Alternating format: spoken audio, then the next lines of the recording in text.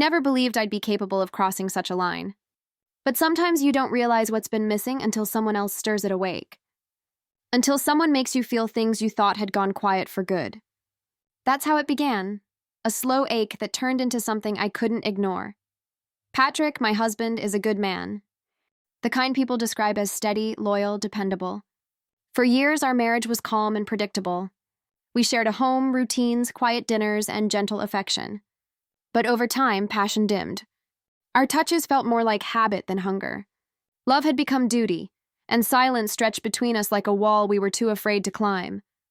Then came John. He worked with Patrick, confident, self-assured, carrying himself with an ease that drew attention without trying.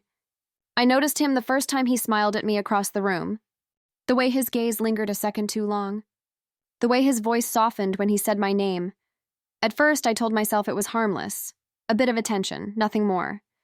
But the electricity between us grew impossible to ignore. His hand would brush mine and linger.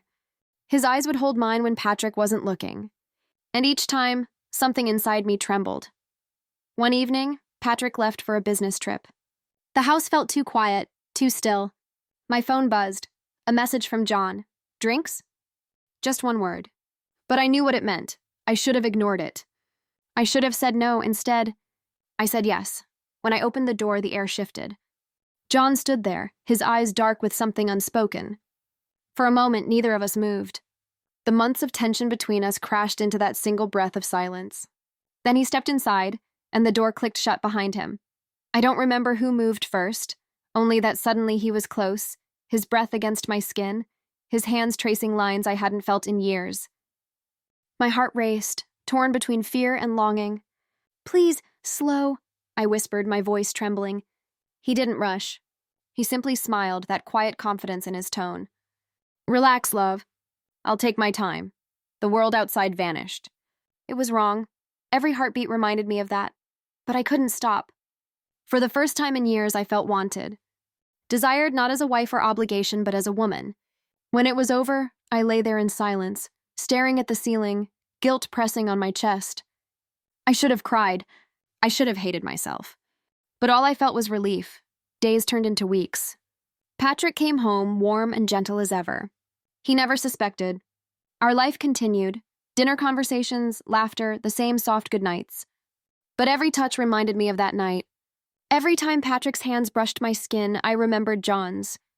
And that memory wouldn't fade, because once you've been awakened like that, going back feels impossible.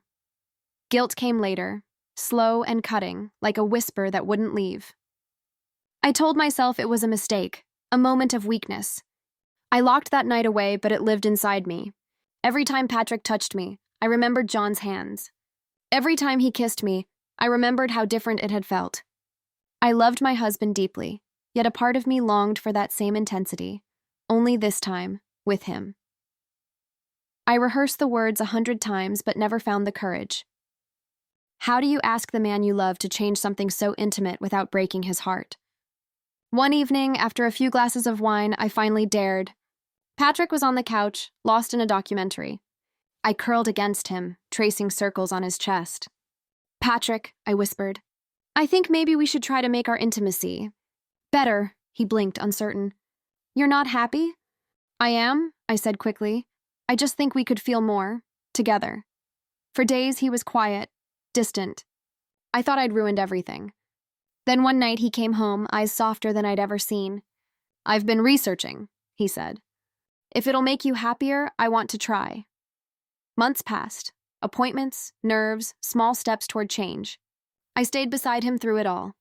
And when we finally came together again, it was different. Deeper, unhurried, whole.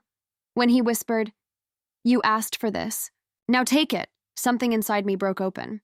I gasped, trembling, not from guilt, but release. For the first time in years, my mind was quiet. For the first time, I was free of John. Because love, when it's rediscovered, burns even brighter. If you believe love can be rebuilt, like and subscribe for more true stories.